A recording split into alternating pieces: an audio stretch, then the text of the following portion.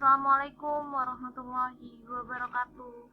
Pada pertemuan yang kedua ini, kita belajar tentang konsep dasar wirausaha dan wira swasta.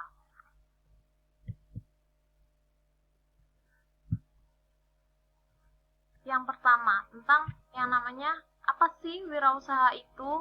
Wirausaha terdiri dari dua kata, yaitu wira dan usaha. Kalau wira itu artinya adalah pejuang, pahlawan, teladan, manusia unggul, dan gagah berani. Kalau yang usaha, yaitu bekerja atau berbuat sesuatu. Jadi, menurut Kamus Besar Bahasa Indonesia, wirausaha adalah orang yang pandai atau berbakat mengenali produk baru, menentukan cara produksi baru, menyusun operasi untuk mengadakan suatu produk baru, mengatur pemodalan operasinya, serta memasarkannya. Jadi, kalau wirausaha itu dia bekerja untuk dirinya sendiri, mulai dari nol, dia yang berpikir, mulai dari pemasaran, biaya, dan seterusnya itu adalah si satu orang itu sendiri. Kalau wira swasta itu berbeda, ya. Kalau wira swasta itu terdiri dari kedua kata juga, yaitu wira dan swasta. Kalau swasta itu biasanya dia berdiri secara sendiri atau mandiri, tapi di sini kata wiranya sama, yaitu kalau wira swasta seseorang yang berinovasi, berani menanggung resiko, serta mampu mengelola usahanya agar tercapai sebuah keuntungan. Kalau wira swasta itu orientasinya adalah keuntungan. Biasanya kalau wira swasta itu dia sudah dinaungi oleh suatu korporasi atau suatu perusahaan. Jadi dia hanya berpikir untuk berinovasinya saja. Seperti itu ya. Jadi kalau kalian nanti sudah lulus kuliah, kalian mau jadi wira swasta atau wira usaha?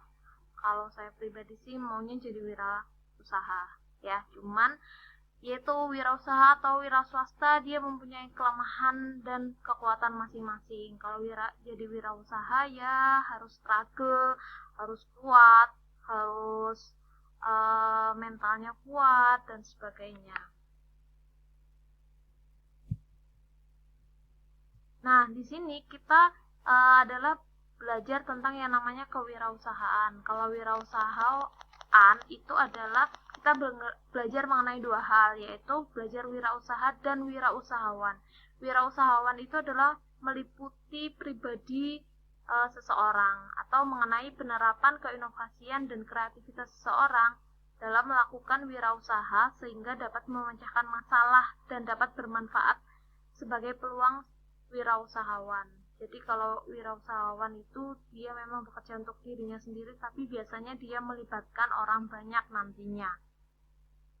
Nah, ada 3 teori utama kewirausahaan. Yang pertama adalah tentang teori klasik. Teori klasik itu ya sudah dia memandang perusahaan sebagai teknologis di mana manajemen perusahaan hanya untuk mengetahui biaya.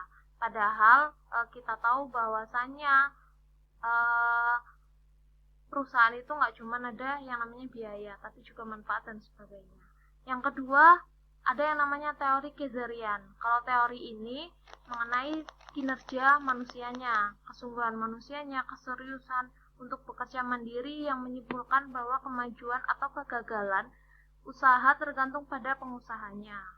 Ya, jadi tergantung gimana pola berpikir dan kinerjanya. Kalau kinerjanya malas-malesan, ya dia nggak akan maju usahanya seperti itu.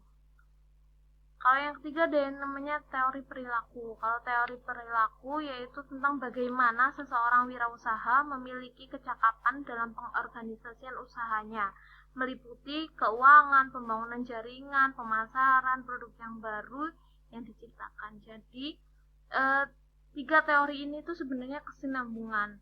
Kalau yang pertama kita tuh nggak bisa cuman yang namanya cuman biayanya aja, tapi juga harus teori Kazariannya jalan dan teori perilakunya juga jalan, karena di dalam wirausaha kita juga membutuhkan yang namanya jaringan seperti itu. Apabila nanti ada pertanyaan silakan ditanyakan melalui media yang lain ya. Nah, di sini ada yang namanya tugas. Tugas ini sebagai bahan kalian aja, sebagai referensi yaitu tugasnya adalah jelaskan secara singkat mengenai profil seorang wirausaha yang Anda kagumi atau yang Anda jadikan panutan apabila suatu saat nanti Anda akan menjadi seorang wirausaha. Gitu. Terima kasih. Assalamualaikum warahmatullahi wabarakatuh.